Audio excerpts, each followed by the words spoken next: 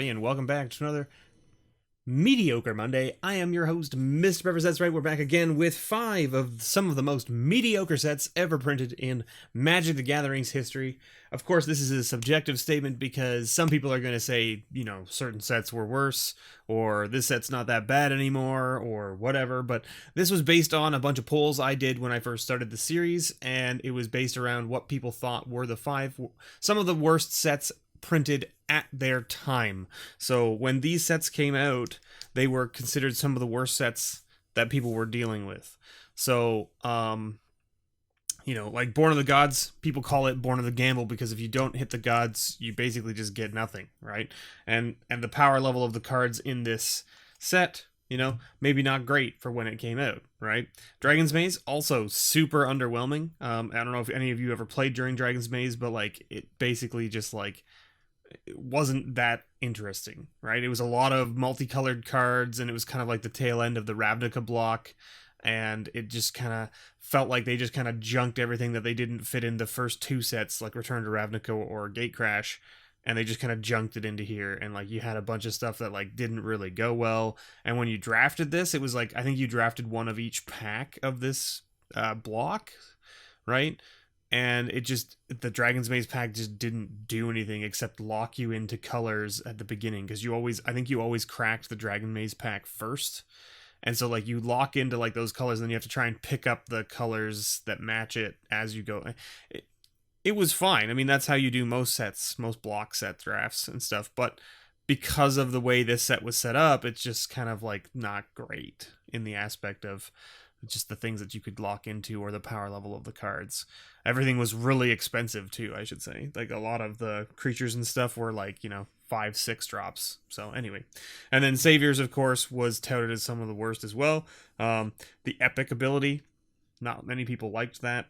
It was an interesting ability, but it really like, you know, sort of like hamstrung you, right? Unless you had something really good that you could do with it. It just wasn't great. And then, of course, Homelands and Fallen Empires, which I didn't play. Like, I mean, I played them, but when I played them, I was so young, I didn't understand that they were bad at the time. So, like, for me, that was just like, this was all there was, right? Like, this was my introduction to Magic, was these sets, basically.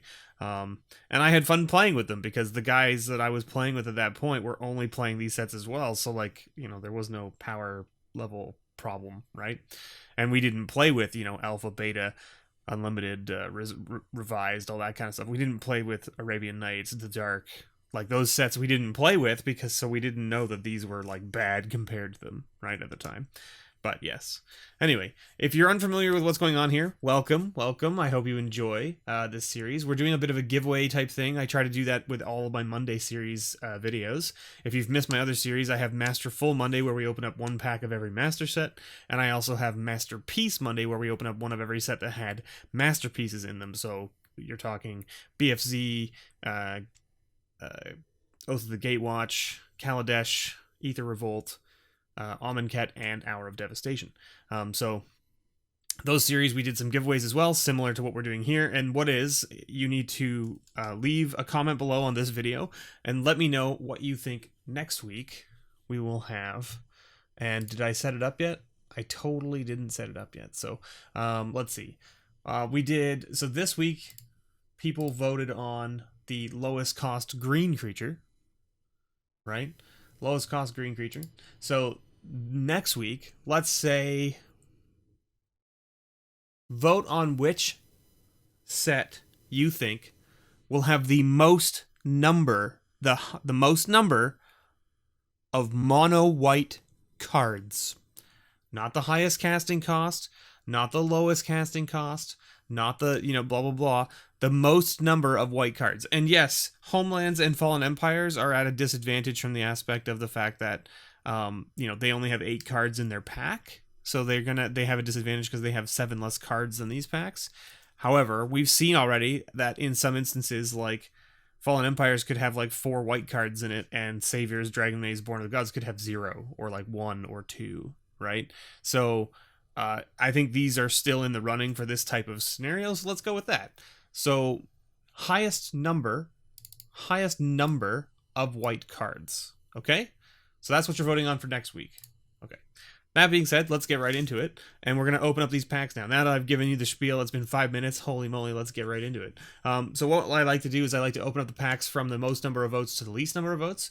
We're, of course, going to start with Saviors of Kamigawa because it had 11 votes. And then we're going to move to Homelands second because Homelands had 7 votes, which is more than the other 3 sets, which is strange that Homelands managed to make it up into that high of a list, but let's go. All right, so Saviors of Kamigawa had 11 votes. We're looking for the lowest cost green creature this week. So we want some nice low cost green creatures. Let's see what we find. We've got Kitsune Lore Weaver. We've got Shinin of Fury's Fire, descendant of Saramo. There you go. There's our first green creature. Elder Pine of Jukai, or Jukai? Yeah, Jukai. 3 cost creature. All right, so 3 is the creature to beat. Sink into Taknuma. Kitsune Dawnblade, Ideas Unbound, Rending Vines, instant, not a creature. Gnat Miser, there's the 1-drop black creature that everyone was hoping for when we hit this set, back when we did the lowest cost black creature. Kitsune Bone Setter. Glitterfang, this is the red creature that everyone was looking for last week, right? I think so. Secret Keeper. Seek the Horizon, good card, solid card. Locust Miser, and Saramo, First to Dream. So there it is. Looks like 3 mana green creature is the one to beat. Let's see what we find in Homelands. Homelands and Fallen Empires could definitely take this one. They definitely have some low-cost green creatures, but we'll see. So that's a green card, but it's an enchant creature. It's not a creature. So we've got Roots. We got Euron the Relentless. Man, Euron the Relentless. I remember this card. Oh, man, there it is. Folk of Anhava. 1-drop green creature. There it is. So that's obviously the one to tie. Now, you can't really be lower than that because we're not opening up the unsets that have half costs, right? We've got Giant Albatross, Labyrinth Minotaur, Mesa Falcon, Sarah Bestiary, and Cemetery Gate. Look at that. It's a 0/5 wall for 3 that has protection from black. Okay. Fair, I guess. Born of the Gods is next with, 6 votes? 6 votes for Born of the Gods. Can Born of the Gods find a 1-drop green creature? Let's find out. Sphinx's Disciple. Afara's Radiance. Oh, there's a 4-drop. Not quite low enough. Setsuna, Citizen Starbreaker, I should say. My goodness, Setsuna. Forsaken Drifters. Excoriate? Excoriate? My goodness. Snake of the Golden Grove. 5-drop green creature, not so much. Elite Skirmisher.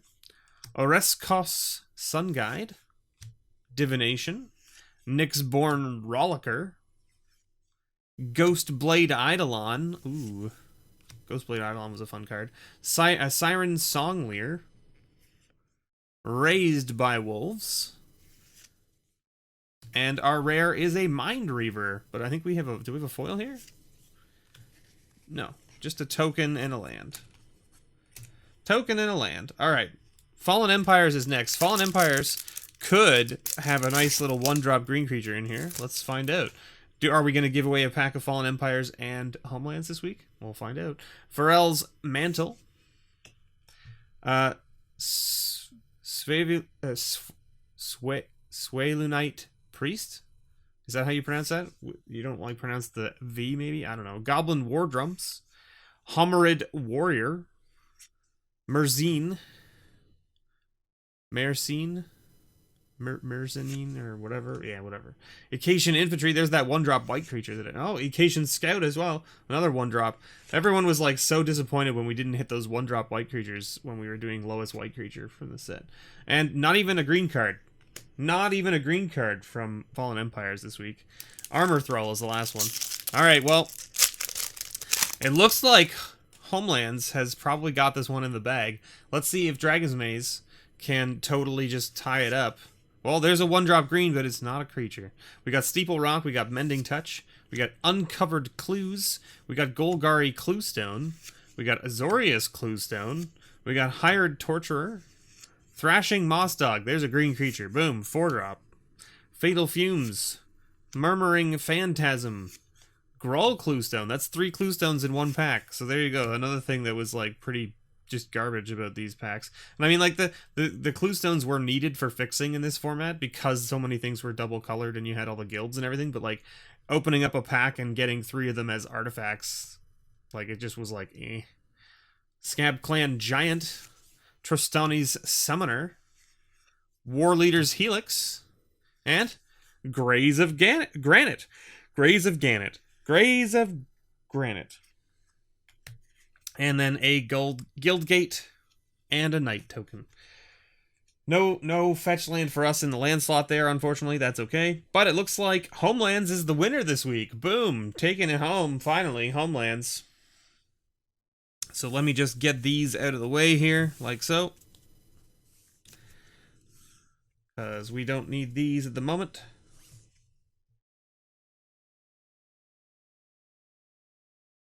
Put them up there like that. That over there like that. Alright. Let's see who our lucky winners are. And I think we had, what, 7? We had 7 folks here. Let's see. How are we going to do this? Let's go to data. Sort this by this. So we've got Death Gaming, which I know we have a card for. So let's find you here. Where are you? There you are. And then we've got Greg, which I'm pretty sure we have a card for here. Let's see if we can find Greg's card. We have another? No. Okay. There's Greg. All right, we've got 2. Look. And they're the same land. That's pretty funny. And then we've got Jonathan. There's Jonathan. And then we've got Josh. And then we've got Joseph. And then we've got Robert. We need to get to the R's now. I actually put them all back in order now. I mean, they're not in alphabetical in their sections, but they're at least in alphabetical from the first letter. We got Ted. Boom! Look at that. We have everybody. There it is. Let's shuffle everybody up here. And if you're unfamiliar with how I do things here, this is what we do. We shuffle this all up like so. And then we lay them out, and we roll our trusty, in this case, D8, because we have 7 folks. And that's our thing right there. Okay. Get our D8 out. There it is. We've got 1, 2, 3, 4, 5, 6, 7. And on an 8, we'll just re-roll. And by that I mean on an 8, nobody wins, right? That's how I do this? No, just kidding. On an 8, we re-roll. So 6. There's our 6 right there. So 1, 2, 3, 4, 5, 6, right? 6 right in the middle. Boom. Unfortunately, Death Gaming, you were close, but not quite. Greg, so close. I know Greg's been waiting for Homelands to finally take it home and just didn't quite. Almost. Jonathan, no. Ted, next time. Robert, almost. Josh, not so much. But that means that Joseph Story, you are the winner this week. Congratulations. You get yourself a nice pack of Homelands. Look at that. Sweet stuff right there. You got that Iran the Relentless. This is a great card. It was actually a time-shifted card, I think, that they put through, right? So thank you so much, everyone, for playing. I really appreciate it. Don't forget to leave your comment below for next week.